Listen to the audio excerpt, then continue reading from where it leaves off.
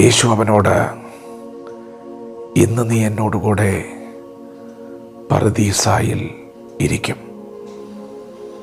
ദൈവത്തിൻ്റെ മാറ്റമില്ലാത്ത വചനം ശ്രദ്ധിക്കുന്ന പ്രിയപ്പെട്ടവരെ, ദുഷ്പ്രവൃത്തിക്കാരനായ ഒരു മനുഷ്യനെയാണ് അവർ ക്രൂശിച്ചത്. റോമ ഗവൺമെൻറ് ഒരാളെ ക്രൂശിക്കുന്നു എങ്കിൽ ആ മനുഷ്യൻ ചെയ്ത തെറ്റ് അത് വലുത് തന്നെയാണ്. അവനെ ക്രൂശിച്ചു കളയാനാണ് മനുഷ്യർക്ക് തോന്നിയത്. അത്രത്തോളം അവനെ അവർ വെറുത്തു.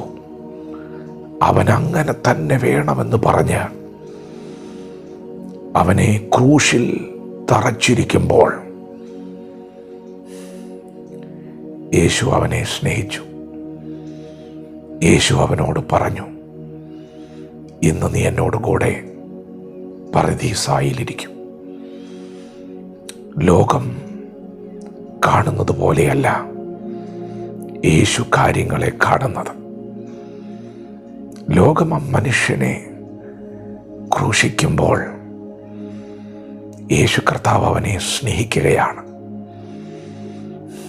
ആയുസ്സിൽ ഒരു നന്മയും ഇല്ലാതിരിക്കുന്ന മനുഷ്യൻ യേശുവിനോടുകൂടെ പറുദീസായിലിരിക്കുമ്പോൾ, പ്രിയപ്പെട്ടവരെ, എങ്ങനെയാണ് നാം കാര്യങ്ങളെ നോക്കിക്കാണുന്നത്?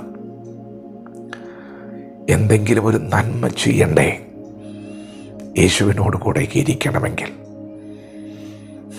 ദുഷ്പ്രവൃത്തി മാത്രമായിരുന്നു ആ മനുഷ്യൻ്റെ ജീവിതത്തിൽ വെളിപ്പെട്ടത്. എന്നാൽ അവൻ യേശുവിനോട് കൂടെയാണ്. പ്രിയപ്പെട്ടവരെ, യേശു എന്തുകൊണ്ട് അവൻ അങ്ങനെ ഒരു അവസരം കൊടുക്കുന്നു?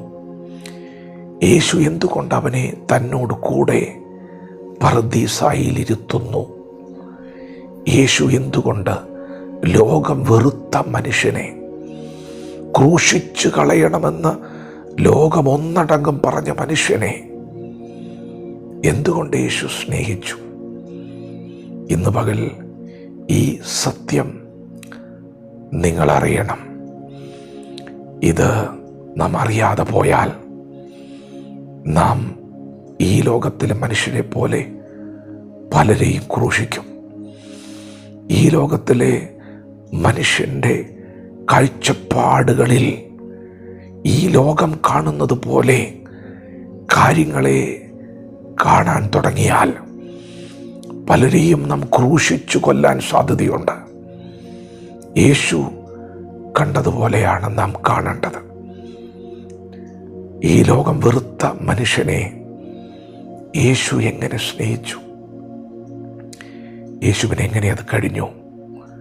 പ്രിയപ്പെട്ടവരെ, നാം നോക്കുന്നത് പോലെയല്ല യേശു നോക്കുന്നത്. യേശു കണ്ടത് അവനെയല്ല, അവനെ കൊണ്ട് ഈ പ്രവൃത്തിയൊക്കെ ചെയ്യിപ്പിച്ച, അവൻ്റെ പുറകിൽ വ്യാപരിച്ച അന്ധകാരത്തിൻ്റെ ശക്തിയെയാണ്. പ്രിയപ്പെട്ടവരെ, യേശു കർത്താവ് പറഞ്ഞ ഉപദേശങ്ങളിൽ ഒന്നാണ്, കണക്കില്ലാതെ സഹോദരനോട് ക്ഷമിക്കണം. ഒരു ദിവസം 7 വട്ടം ക്ഷമിച്ചാൽ മതിയോ എന്നുള്ള ചോദ്യത്തിന് 70 വട്ടം ക്ഷമിക്കണമെന്ന് മറുപടി കൊടുക്കുമ്പോൾ എന്തുകൊണ്ട് യേശു മനുഷ്യരെ സ്നേഹിക്കുന്നു? എന്തുകൊണ്ട് യേശു മനുഷ്യരോട് ക്ഷമിക്കുന്നു?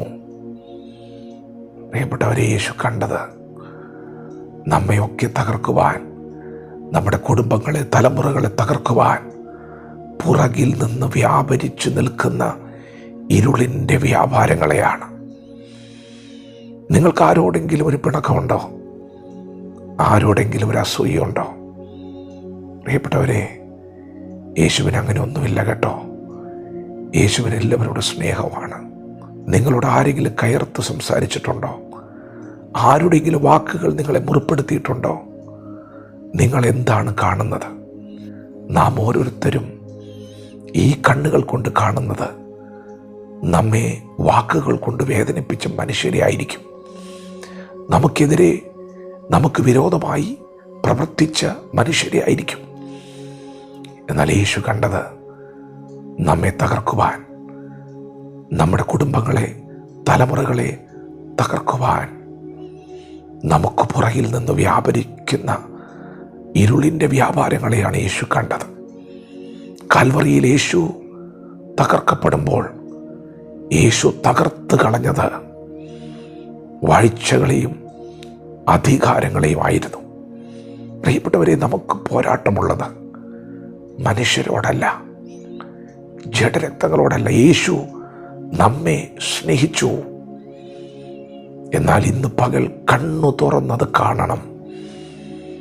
നമുക്ക് പോരാട്ടമുള്ളത് വാഴ്ചകളോടും അധികാരങ്ങളോടും, അന്ധകാരത്തിൻ്റെ ലോകാധിപതിയോടും സ്വർലോകങ്ങളിലെ ദുഷ്ടാത്മസേനയോടുമാണ്. യേശുവിനത് കാണാൻ കഴിഞ്ഞു. യേശു അത് കണ്ടു. യേശു അതിനോട് പോരാടി. യേശു അതിനെ കീഴ്പ്പെടുത്തി. യേശു നമുക്ക് ജയം നൽകിയിരിക്കുകയാണ്.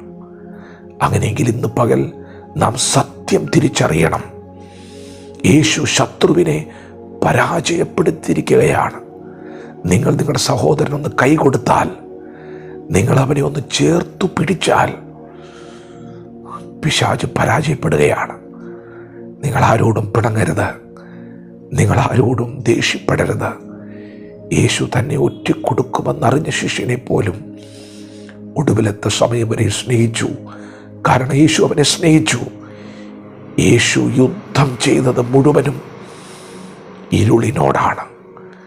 അവൻ അവസാനത്തോളം അവരെ സ്നേഹിച്ചു. ഇന്ന് പകലും ദൈവം നിങ്ങളെ സ്നേഹിക്കുന്നു. ആ സ്നേഹമാണ് നമ്മിൽ വ്യാപരിക്കേണ്ടത്. യേശു കണ്ടതുപോലെയാണ് നാം കാര്യങ്ങളെ കാണേണ്ടത്. ആത്മാവിൽ യുദ്ധങ്ങളെ തിരിച്ചറിയുക, പിശാചിനോട് എതിർത്ത് നിൽക്കുക, സഹോദരവർഗത്തെ സ്നേഹിക്കുക.